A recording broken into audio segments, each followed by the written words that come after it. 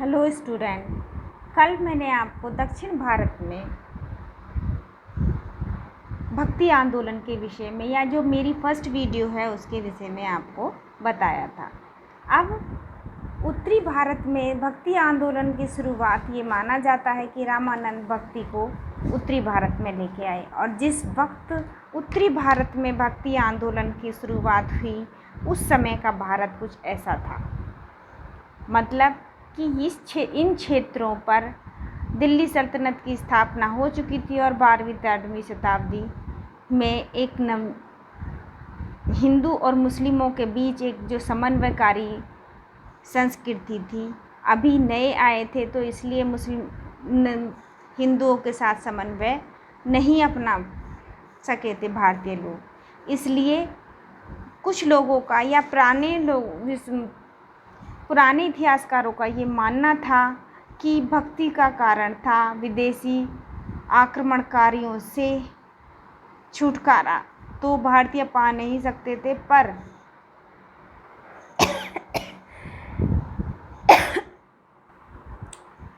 क्योंकि विदेशी दासता से मुक्ति नहीं प्राप्त कर सकते थे, इसलिए भारतीय जनता ने ईश्वर का सहारा लिया। ये एक पुरानी विचारधारा है, पर क्योंकि भक्ति आंदोलन की शुरुआत दक्षिण भारत में पूर्व में हो चुकी थी, और एक चीज़ मैं आपको बताना चल गई थी जो आपके चैप्टर में है कि कर्नाटक में भीड़ शैव परंपरा की स्टार्टिंग हुई। और भीड़ शैव परंपरा क्या थी? शैव धर्म का एक संप्रदाय, लिंगायत संप्रदाय, जिसकी स्थापना वासव ने की थी। इस क्वेश्चंस को आप बोर्ड के लिए भी इम्पोर्टेंट मान सकते हैं कि वीर शैव परंपरा के संस्थापक कौन थे। और इस परंपरा का मानना था कि वो लिंग की पूजा करते थे, शिवलिंग की पूजा करते थे। अब दक्षिण भारत में जिस परंपरा की शुरुआत हुई, हम उसको दो भागों में बांट सकते हैं। भक्ति आंदोलन के राम भक्ति शाखा और कृष्ण भक्ति शाखा, सगुण परंपरा और निर्गुण। सगुण का मतलब है कि ईश्वर को मूर्ति के रूप में पूजा, मतलब जैसे कि राम भक्ति शाखा के लोग, तुलसीदास ने रामायण लिखी और उसमें श्री राम का एक स्वरूप बनाकर और उसको सांसारिक व्यक्तित्व बनाकर उसके साथ ईश्वरीय गुण उसमें प्रदान किए। और ये एक माना जाता है कि सामाजिक संबंधों के साथ समन्वयकारी दृष्टिकोण रामायण में आपको दिखाई देता है। जो समाज में उथल पुथल उस वक्त मची हुई थी, उस उथल पुथल को समन्वयकारी दृष्टिकोण प्रदान करने का प्रयास तुलसीदास ने किया। एक थी कृष्ण भक्ति शाखा, जिसमें श्री कृष्ण की पूजा करते थे। सूरदास श्री कृष्ण के बहुत बड़े पुजारी थे। और जो दूसरी परंपरा थी निर्गुण परंपरा, जो इस्लाम धर्म के कह लीजिए कि सूफियत से प्रभावित परंपरा मानी जा सकते हैं कि ब्रह्मा या ईश्वर निराकार है, उसका कोई आकार नहीं है। और इस परंपरा में जायसी, कबीर जैसे समाज सुधारक आते हैं। आपकी चैप्टर में कबीरदास, नानक और मीराबाई के विषय में आपको पढ़ना है। कबीरदास के विषय में माना जाता है कि उत्तरी भारत में जब भक्ति आंदोलन आया तो उस आंदोलन दो भागों में बटा हुआ था, सगुण और निर्गुण में। तो सगुण भक्ति शाखा के जो समाज सुधारक थे वो राम और कृष्ण की पूजा करते थे, और निर्गुण का तो कोई आकार ही नहीं था, और वो सूफी। एक चीज़ इस समय की सबसे बड़ी विशेषता ये रही कि भक्ति आंदोलन ने ईश्वर और व्यक्ति के बीच मध्यस्थता करने वाले ब्राह्मण वर्ग को समाप्त कर दिया। इनका मानना था कि ईश्वर सभी की समान रूप से प्रार्थनाएं सुनते हैं, और उसकी ईश्वर को प्राप्त करने का एकमात्र माध्यम क्या है? भक्ति। और भक्ति द्वारा आप अपने आराध्य देव को प्राप्त कर सकते हैं। उसमें किसी कर्मकांड, यज्ञ, वेद, अनुष्ठान की आवश्यकता नहीं है। सिर्फ आत्मा को परमात्मा के साथ जोड़ने और संबंध बनाने और भक्ति बनने की ही आवश्यकता है। इसीलिए भक्ति आंदोलन में समाज का वो वर्ग जो जुलाहे, चर्मकार, अस्पृश्य, वो वर्ग भी सामने आया और वो भी ईश्वर का पुजारी बना और बाद में उसने समाज सुधारक की भूमिका निभाई। जैसे कि आप कबीर को देखेंगे, एक जुलाहे हैं और कबीर उत्तरी भारत में समाज सुधारकों के सबसे बड़े गुरु माने जा सकते हैं, क्योंकि वो जितना कटाक्ष ब्राह्मण धर्म पे या हिंदू धर्म पर करते हैं उतना ही मुस्लिम धर्म पर। आपने पढ़ा होगा कि आपने बहुत सारे उनके वो पढ़े होंगे। एक उसमें वो कहते हैं कि पाहन पूजे हरि मिले तो मैं पूजूं पहाड़, याते तो चाकी भली पीस खाए संसार। अगर पत्थर पूजने से ईश्वर प्राप्त हो सकते हैं तो मैं तो पहाड़ की पूजा करूँगा। अरे इससे तो उस पहाड़ से या उस पत्थर से तो वो चक्की भी अच्छी है जो पीस कर लोगों के पेट को भरती है। इसका मतलब ये है कि उन्होंने समाज के उस दुखती सी नस पर प्रहार किया जो समाज के लिए बहुत बड़ी चुनौती बन रहा था और भारतीय समाज के समन्वय कार्य आपसी जाति व्यवस्था को और ज़्यादा कठोर बना रहा था। एक में उन्होंने ये भी कहा है कि तातर मुल्ला बांग दे क्या बहरा हुआ खुदाए। उसमें वो कहते हैं कि मस्जिद बनाकर मुल्ला जी बांग देते हैं, मतलब कि ज़ोर से अल्लाहू अकबर करते हैं, क्या ईश्वर बहरा हो गया? उसको उनका मानना था कि पूजा तो कर्म के साथ होती है, कर्म और भक्ति के साथ पूजा की जा सकती है, उसके लिए बाह्य आडंबर की ज़रूरत नहीं है।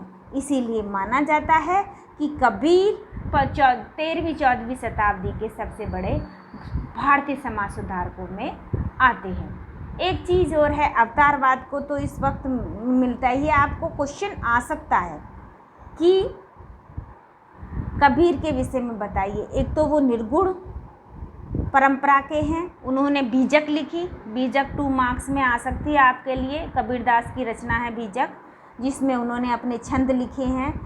ग्रंथावली उन्होंने लिखी है और उन्होंने जो है बहुत सारे अपने दोहों के माध्यम से, सुदुक्कड़ी उनकी भाषा है, आप हिंदी भाषा में पढ़ चुके होंगे, और रहस्यवादी दृष्टिकोण है उनका। तो कबीर को आपको पढ़ना है और उसके साथ साथ आपको गुरु नानक पंजाब में थे। और ये भी आ सकता है कि कबीर के गुरु कौन थे? कबीर के गुरु कौन थे? रामानंद।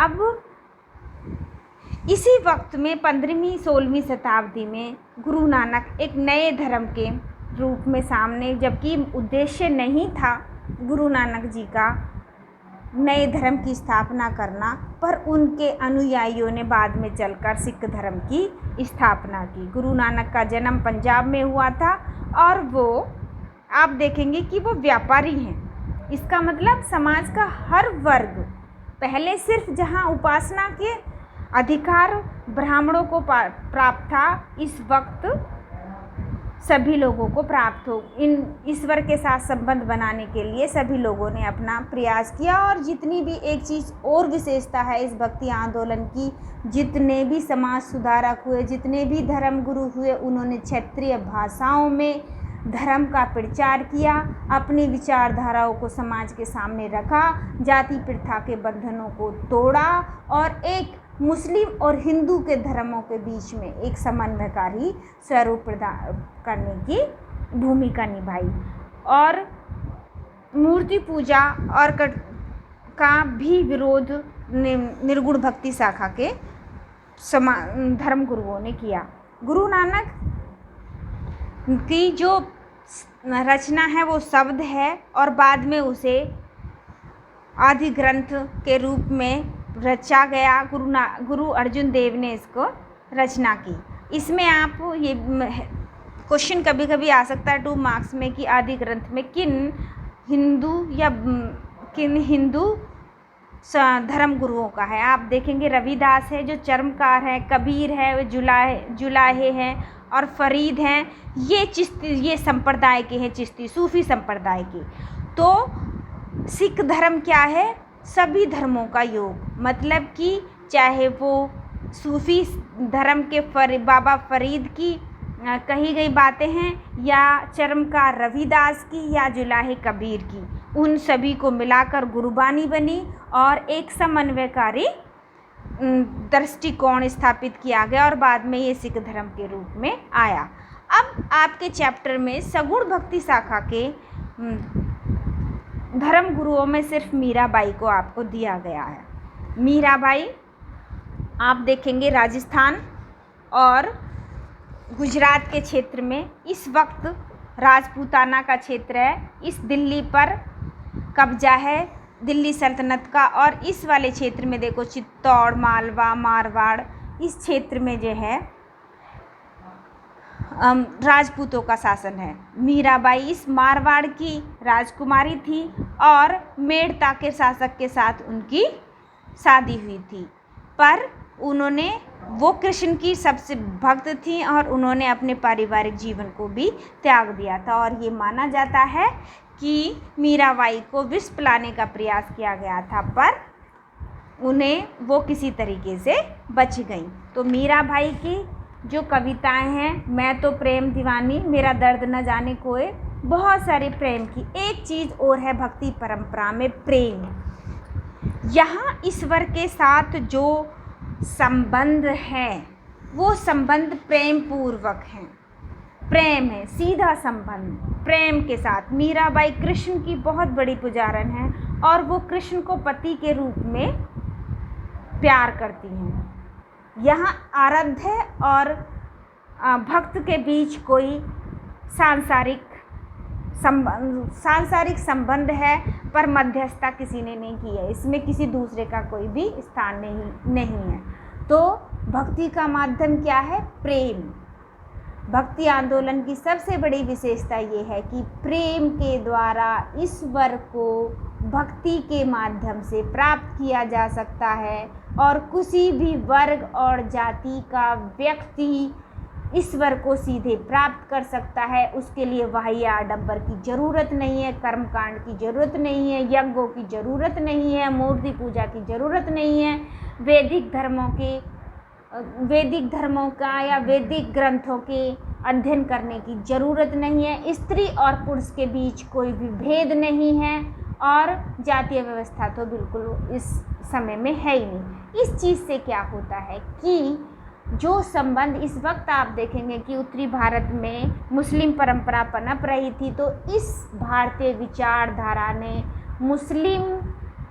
इस्लामिक परंपरा के साथ संबंध बनाने का भी प्रयास किया और इस्लामिक परंपरा और हिंदू परंपरा का एक समन्वयकारी दृष्टिकोण उभरा और बाद में यही गंगा यमुना संस्कृति के रूप में सामने आई, हिंदू और इस्लामिक संस्कृति।